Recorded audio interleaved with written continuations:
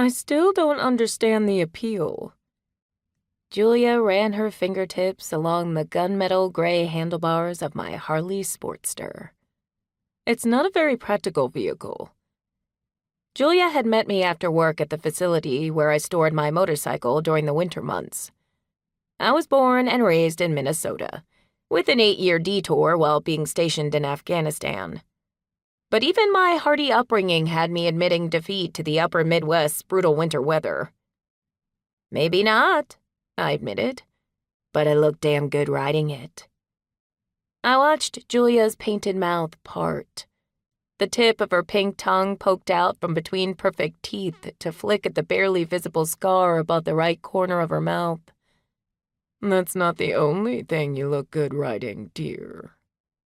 If her goal was to jumpstart my libido, she'd accomplished her mission. Although it had never really taken much effort on her part to get me going. I swung one leg over my bike and settled onto the low seat. The motorcycle was only intended for one rider, but there was just enough room between where I sat and the gas tank for my girlfriend. Julia had never taken me up on my many offers to take her for a ride on my motorcycle, however. Come here, I urged. Her upper lip curled momentarily. Why? I patted the empty space in front of me. I want to show you something. I'm not exactly dressed for a motorcycle ride, she rejected. Since she'd driven to the storage facility directly after work, she still wore her work clothes from the day. Dark gray dress pants and a matching jacket with a dark purple shell underneath. She always looked like she'd stepped off the pages of a glossy magazine, even after a long day of litigation. I patted the leather seat again and showed her my teeth. I promise you'll like it. I spied the quick roll of her caramel-colored eyes, but then had to suppress a victory whoop when Julia stepped closer to me and my bike. She eyeballed the motorcycle with trepidation.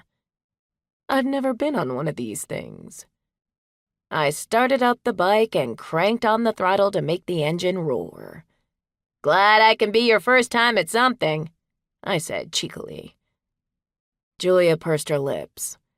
I could see her mentally wrestling between wanting to put up a fight, but also her curiosity about what I wanted to show her. It's just like riding a regular bicycle, I assured her. Toss one leg over the seat and sit down. You're not planning on driving this thing in here, are you? She openly worried. I could have felt insulted that she'd called my beloved motorcycle a thing, but I was too focused on getting her on the bike to feign injury about her unfavorable word choice. We won't move an inch, I promise. I kept my feet firmly planted on the concrete floor to make sure the bike wouldn't wobble when Julia finally got into position.